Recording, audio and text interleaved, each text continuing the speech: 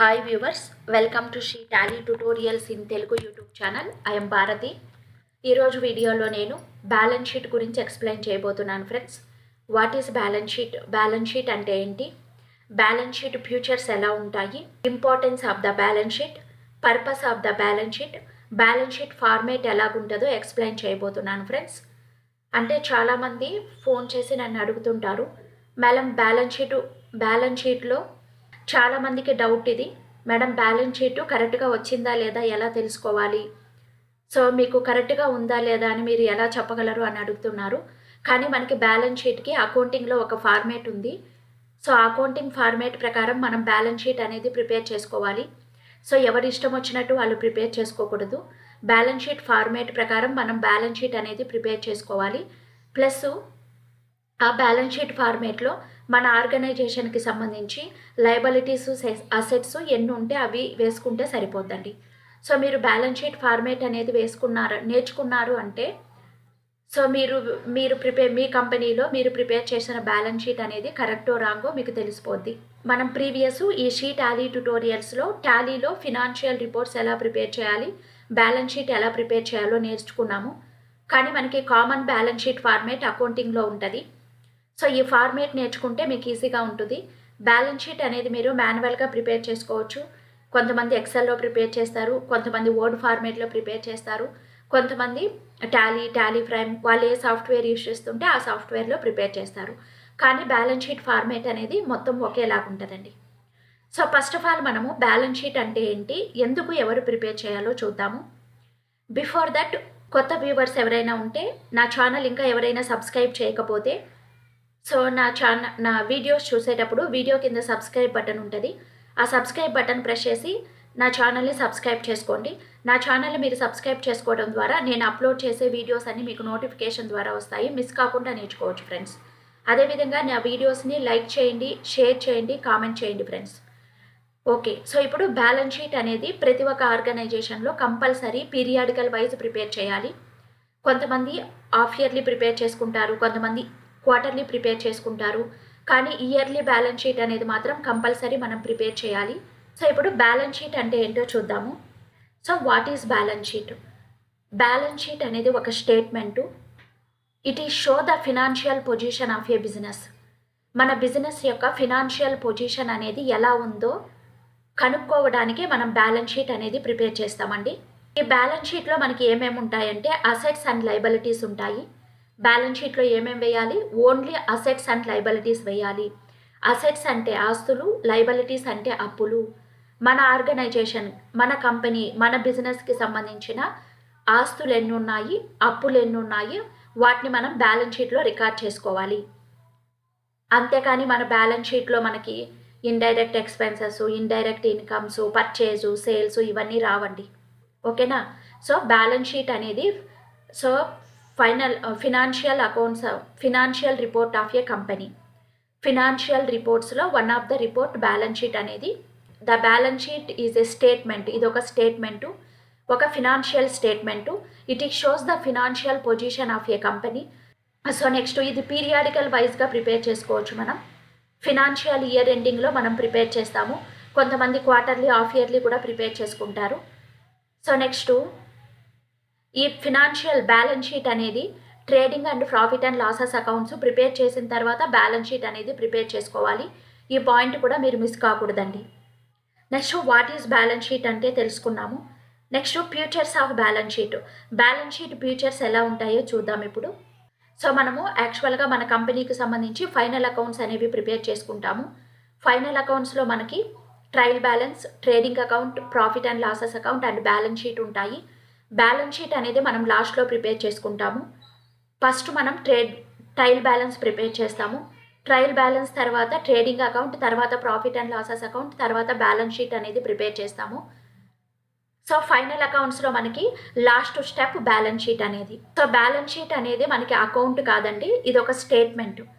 మనకి బ్యాలెన్స్ షీట్లో 2 సైడ్స్ ఉంటాయి. బ్యాలెన్స్ షీట్లో మనకి లెఫ్ట్ సైడ్ ఏవి ఉంటాయి, రైట్ సైడ్ ఏమేమి వేసుకోవాలో చూద్దాము.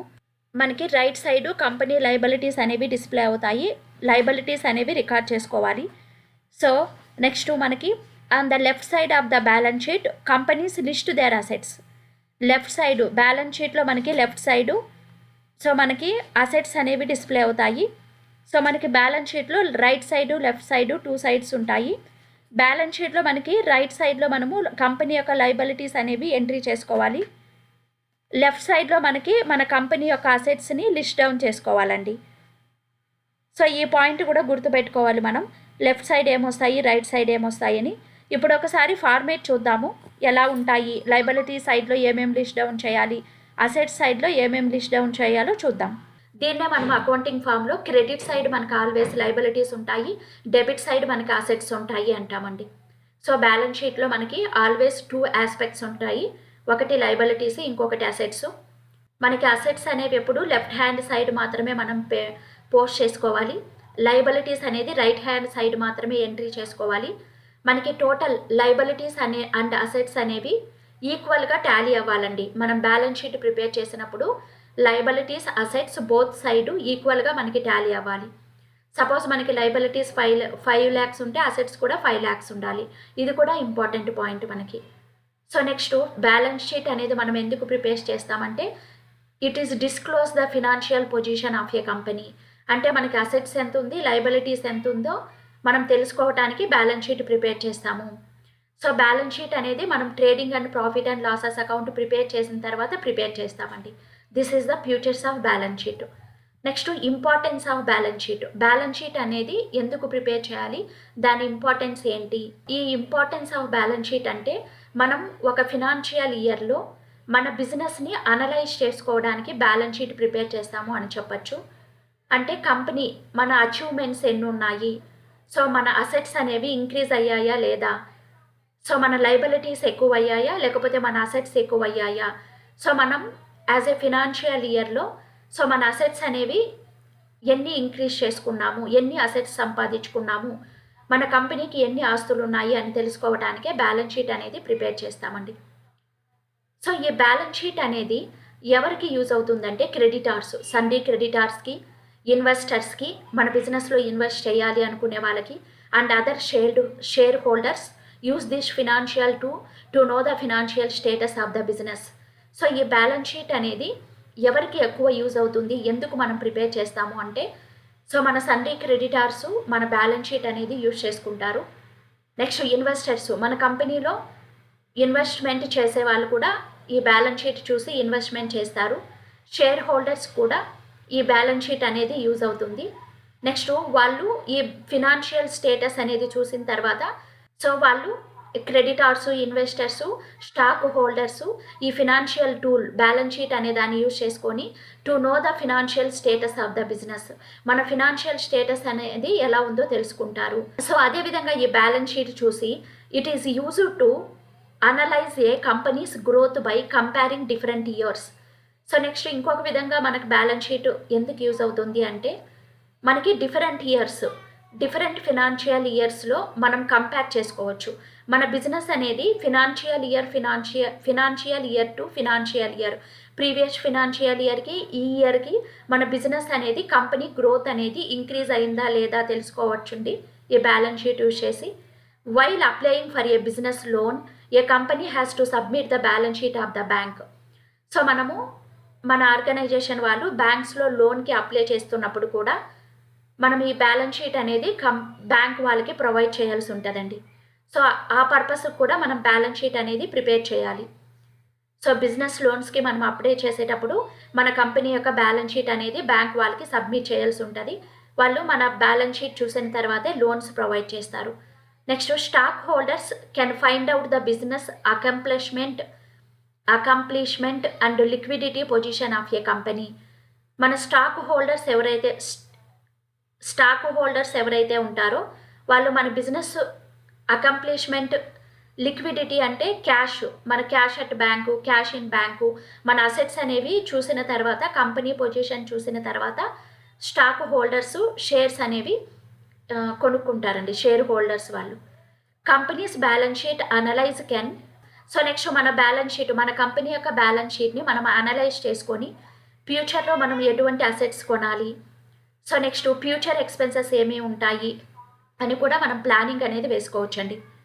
Next importance of balance sheet అనేది చూసాము.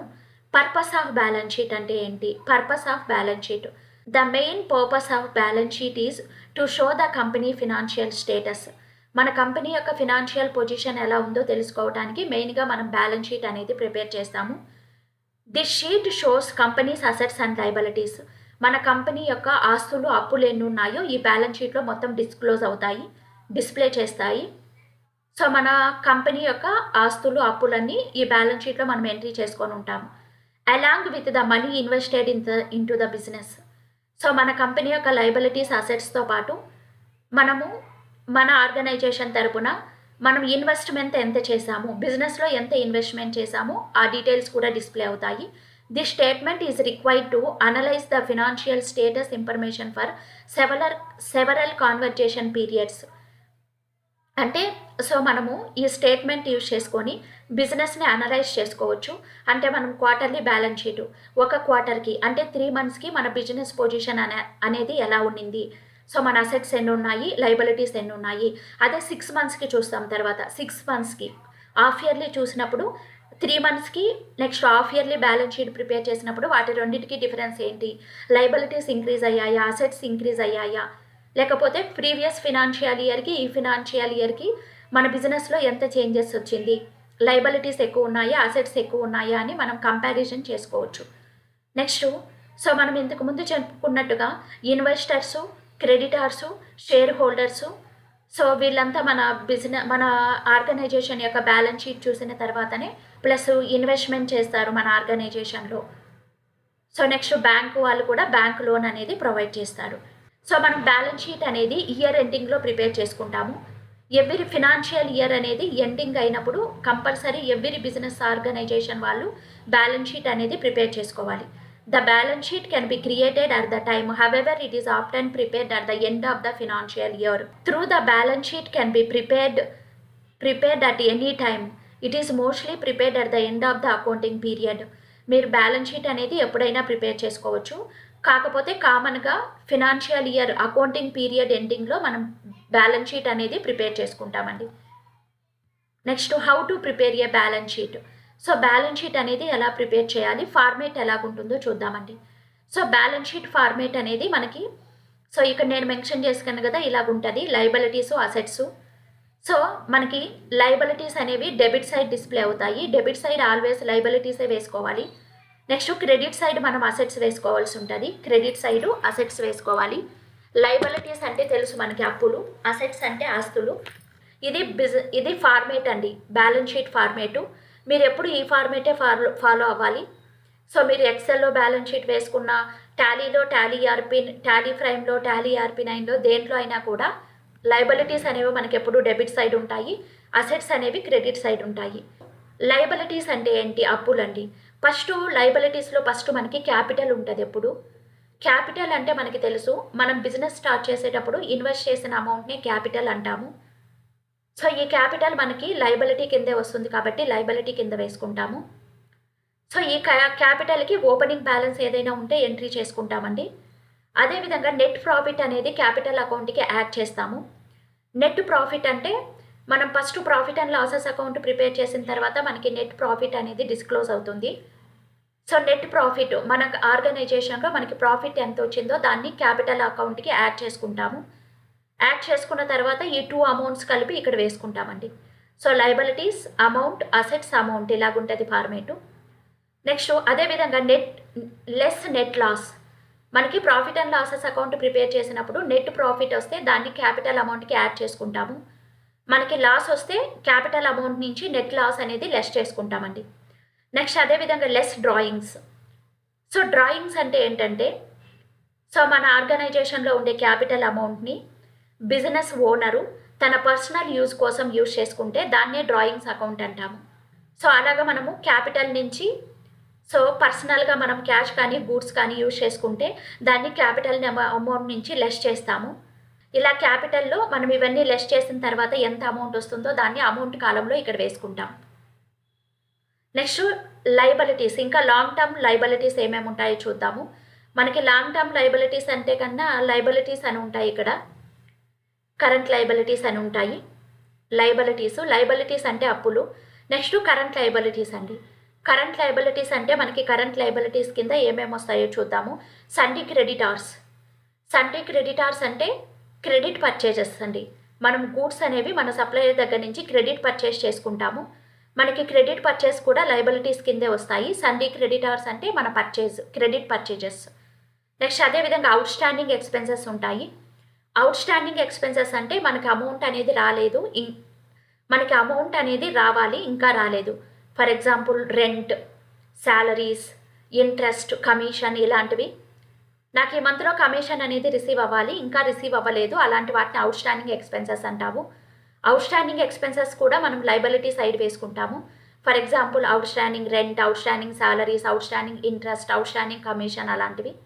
Next bills payable. So bills payables కూడా మనకి లయబిలిటీసే. బిల్స్ పేయబుల్స్ అంటే మనం పే చేసేటివి. మనం సప్లయర్స్ దగ్గర నుంచి గూడ్స్ అనేవి పర్చేస్ చేస్తాము, వాళ్ళకి అమౌంట్ అనేది మనం పే చేయాలి. సో అలాంటివన్నీ మనకి బిల్స్ పేయబుల్స్లో ఉంటాయి. నెక్స్ట్ బ్యాంక్ ఓవర్ డ్రాఫ్ట్ కూడా మనకి లయబిలిటీనే. బ్యాంక్ ఓవర్ డ్రాఫ్ట్ అంటే మనకి బ్యాంక్లో అప్పు ఉంటుంది. సో మనకి లయబిలిటీస్లో ఏమేమి వస్తాయండి? సో లోన్స్ కూడా వస్తాయండి. లోన్స్ అంటే సెక్యూర్డ్ లోన్స్, అన్సెక్యూర్డ్ లోన్స్ కూడా మనకి లయబిలిటీ సైడే వస్తాయి. సో క్యాపిటల్ అమౌంట్ అనేది డిస్ప్లే అవుతుంది మనకి లయబిలిటీనే.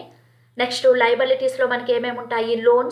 లోన్స్లో అవి అన్సెక్యూర్డ్ లోన్స్ అవ్వచ్చు, సెక్యూర్డ్ లోన్స్ అవ్వచ్చు, secured loans, unsecured loans, bank loans, so private financial loans, ఇవన్నీ మనకి లోన్స్లో డిస్ప్లే అవుతాయండి. నెక్స్ట్ లోన్స్లో మనకి సెక్యూర్డ్ లోన్స్, అన్సెక్యూర్డ్ లోన్స్ కింద వేసుకుంటాము. So for example HDFC bank loan, suppose మీరు ఫ్రెండ్ దగ్గర నుంచి లోన్ తీసుకున్నారు, అవన్నీ కూడా లోన్స్లో వస్తాయి. నెక్స్ట్ కరెంట్ లయబిలిటీస్ అంటే సో ఇన్కమ్ రిసీవ్డ్ ఇన్ అడ్వాన్స్గా మనం ఎవరి దగ్గర నుంచి అమౌంట్ రిసీవ్ చేసుకున్నా అవి కూడా మనకి కరెంట్ లయబిలిటీస్ కిందే వస్తాయి. Next Sunday creditors, out standing expenses, bills payable, bank over draft. So ఇవన్నీ మనకి లయబిలిటీసు. సో మీరు ఏదైనా ఆర్గనైజేషన్లో వర్క్ చేసేటప్పుడు మీ ఆర్గనైజేషన్లో ఈ లయబిలిటీస్ ఏమేమి ఉంటాయో అవి తీసుకొని మీరు బ్యాలెన్స్ షీట్లో లయబిలిటీ సైడ్ వేసుకోవాలండి. సో మీరు బ్యాలెన్స్ షీట్ ప్రిపేర్ చేసేటప్పుడు లయబిలిటీస్ సైడ్ ఇవన్నీ వస్తే కరెక్టు. సపోజ్ లయబిలిటీస్ అనేవి అసెట్ సైడ్ వేసుకొని అసెట్స్ అన్ని లయబిలిటీ సైడ్ వేసుకుంటే రాంగ్ అయిపోద్ది. సో ఈ ఫార్మేట్ గుర్తుపెట్టుకున్నారంటే మీరు వర్క్ చేసేటప్పుడు మీకు మీ బ్యాలెన్స్ షీట్ అనేది కరెక్ట్ ఫార్మేట్లో ఉందా లేదా తెలుసుకోవచ్చు. నెక్స్ట్ అసెట్స్ అనేది మనం క్రెడిట్ సైడ్ అని కూడా అంటాము. అసెట్స్ అమౌంట్, రూపీస్ అంటే అమౌంట్ కాలం ఇది. అసెట్స్లో మనకి ఫిక్స్డ్ అసెట్స్, కరెంట్ అసెట్స్ అన్నీ డిస్ప్లే అవుతాయి. ఫిక్స్డ్ అసెట్స్ అంటే మనకి తెలుసు long term assets like goodwill, land, buildings, plant and machinery, furniture and fixtures, ఇవన్నీ మనకి ఫిక్స్డ్ అసెట్స్ కింద వేసుకుంటాము. అసెట్స్ కింద వేసుకుంటాం ఆస్తులు. గుడ్ విల్ అంటే ఏంటంటే ఒక ఆర్గనైజేషన్ యొక్క మంచి పేరునే గుడ్ విల్ అంటాము, అది కూడా మనకి అసెట్టు. ఆ గుడ్ విల్ వాల్యూ ఎంత ఉందో మనం వేసుకుంటాము amount. Land, buildings, plant and machinery, so ఈ వాల్యూస్ అని వేసుకుంటాము. నెక్స్ట్ ఇన్వెస్ట్మెంట్ అండి. మన ఆర్గనైజేషన్ తరపున మనము అమౌంట్ అనేది మ్యూచువల్ ఫండ్స్లో, ఫిక్స్డ్ డిపాజిట్లో ఇన్వెస్ట్ చేస్తుంటే అవి కూడా మనకి ఇన్వెస్ట్మెంట్ కింద వేసుకుంటామండి. నెక్స్ట్ కరెంట్ అసెట్స్ అంటే లిక్విడ్ క్యాష్ ఫామ్లో ఉండేటివే కరెంట్ అసెట్స్ అంటాము. For example cash in hand, cash at bank, bills receivable, వీటినే మనం కరెంట్ అసెట్స్ అంటాము. సో మన దగ్గర క్యాష్ ఇన్ హ్యాండ్ ఎంత ఉంది, బ్యాంక్లో ఎంత క్యాష్ ఉంది, మనకి రిసీవ్ అవ్వాల్సిన అమౌంట్ ఎంత ఉందో, ఇవన్నీ మనము కరెంట్ అసెట్స్ కింద వేసుకుంటాం. సో క్లోజింగ్ స్టాక్ వాల్యూ కూడా మనం అసెట్స్ కింద వేసుకుంటాము. అక్రూడ్ ఇన్కమ్ అంటే ఏంటి, సో మనం ఎప్పుడు ఎలా యూజ్ చేసుకుంటామో చూద్దామండి. Accrued income can be the earnings generated from an investment but not at received. Accrued income అంటే ఏంటంటే సపోజ్ నేను ఒక ఫిక్స్డ్ డిపాజిట్ అనేది బ్యాంక్లో డిపాజిట్ చేశాను. నాకు ఒక ఫిక్స్డ్ డిపాజిట్ అకౌంట్ ఉంది ఎస్బీఐ బ్యాంక్లో. ఆ ఫిక్స్డ్ డిపాజిట్కి మనకి ఇంట్రెస్ట్ అనేది జనరేట్ అవుతుంది. కానీ మనం ఏం చేస్తాము, ఆ ఇంట్రెస్ట్ అనేది అట్ ప్రజెంట్ నేను రిసీవ్ చేసుకోను. ఆ ఫిక్స్డ్ డిపాజిట్ నేను ఎప్పుడైతే ఫిక్స్డ్ డిపాజిట్ రెన్యువల్ చేసుకుంటానో అప్పుడు ఆ అక్రూడ్ ఇన్కమ్ అనేది రిసీవ్ చేసుకుంటాను. అలాంటి వాటిని అక్రూడ్ ఇన్కమ్ అంటారండి. So accrued income is a revenue which has been earned but not yet received. It is recorded as a receivable on the books. However, one should ensure that the accrued income should be entered on a accounting period in the it arise instead of entering in a subsequent period of which will be received. So మనం fixed deposit, mutual funds ఇవి deposit చేసినప్పుడు వాటికి వచ్చే ఇంట్రెస్ట్నే మనం అక్రూడ్ ఇన్కమ్ అంటామండి. నెక్స్ట్ అక్రూడ్ ఇన్కమ్ అంటే తెలుసు, ప్రీపెయిడ్ ఎక్స్పెన్సెస్. ప్రీపెయిడ్ ఎక్స్పెన్సెస్ అంటే మనం ఎక్స్పెన్సెస్ని ముందుగానే పే చేసి ఉంటాము, వాటిని మనం ప్రీపెయిడ్ ఎక్స్పెన్సెస్ అంటాము. సో మనకి ఇక్కడ ప్రీపెయిడ్ ఎక్స్పెన్సెస్ ఎగ్జాంపుల్స్ ఉన్నాయి. ప్రీపెయిడ్ ఎక్స్పెన్సెస్ అంటే మనం ముందుగానే పే చేసింది. సపోజ్ ఇది చూడండి, rent, paying for a commercial space before using it. So మనము బిల్డింగ్ రెంట్కి తీసుకుంటున్నాము, దాన్ని యూజ్ చేయకముందే మనం అమౌంట్ అనేది పే చేసాము. అలాంటి వాటిని మనం ప్రీపెయిడ్ ఎక్స్పెన్సెస్ కింద వేసుకోవాలి. స్మాల్ బిజినెస్ ఇన్సూరెన్స్ పాలసీస్ కూడా మనకి ప్రీపెయిడ్ ఎక్స్పెన్సెస్ కింద వస్తాయి. Equipment you can pay before use. Salaries unless you run payroll in arrears. Estimated taxes, some utility bills, interest expenses. ఇవన్నీ మీ ఆర్గనైజేషన్లు ఉంటే ఇవన్నీ మనం ప్రీపెయిడ్ ఎక్స్పెన్సెస్ కింద వేసుకుంటామండి. నెక్స్ట్ ప్రీపెయిడ్ ఎక్స్పెన్సెస్ అయిపోయిన తర్వాత సండీ డెబిటార్స్. సండీ డెబిటార్స్ అంటే మన కస్టమర్సు, మనం గూడ్స్ కస్టమర్కి సేల్ చేస్తాము, అమౌంట్ వాళ్ళ నుంచి రిసీవ్ చేసుకుంటాము. ఈ సండీ డెబిటార్స్ కూడా మనకి అసెట్ సైడ్ వేసుకోవాలి. బిల్స్ రిసీవబుల్స్ కూడా. So next cash at bank, cash in hand, ఇవన్నీ అసెట్స్ కామన్గా ఉండేటివి. సో దీన్ని ప్రకారం యూజ్ చేసుకొని మన కంపెనీలో మనకి అప్పులు ఎన్ని ఉన్నాయి, ఆస్తులు ఎన్ని ఉన్నాయో చూసుకొని మనకి ఆటోమేటిక్గా తెలిసిపోతుంది. సో మనం ఏదైనా ట్రాన్సాక్షన్ చేశామంటే ఇది మన కంపెనీకి అప్పు అవుతుందా, ఆస్తి అవుతుందా అని ఆ ట్రాన్సాక్షన్ బట్టి సో లయబిలిటీస్ కింద ఏమొస్తాయి, అసెట్స్ కింద ఏమొస్తాయో క్లియర్గా వేసుకోవాలి. సో ఈ ఫార్మేట్లో బ్యాలెన్స్ షీట్ అనేది ఈ ఫార్మేట్లో ఉంటే ఇది కరెక్ట్ అండి. సో మనం అసెట్స్ని లయబిలిటీ కింద వేసుకొని లయబిలిటీ అసెట్ కింద వేసుకుంటే అది రాంగ్ అయిపోతుంది. సో మీరు ఈ ఫార్మేట్ అనేది గుర్తుపెట్టుకున్నారంటే మీరు వర్క్ చేసేటప్పుడు మీరు ప్రిపేర్ చేసిన బ్యాలెన్స్ షీట్ అనేది కరెక్ట్ ఫార్మేట్లో ఉందా లేదా అని మీకు అర్థమవుతుంది. సో మీరు ఈజీగా వర్క్ చేసుకోవచ్చు. సో ఈ వీడియో అనేది చాలామందికి యూజ్ అవుతుంది కాబట్టి నా వీడియోస్ని షేర్ చేయండి, లైక్ చేయండి, కామెంట్ చేయండి, నా ఛానల్ని సబ్స్క్రైబ్ చేసుకోండి friends. Thank you for watching.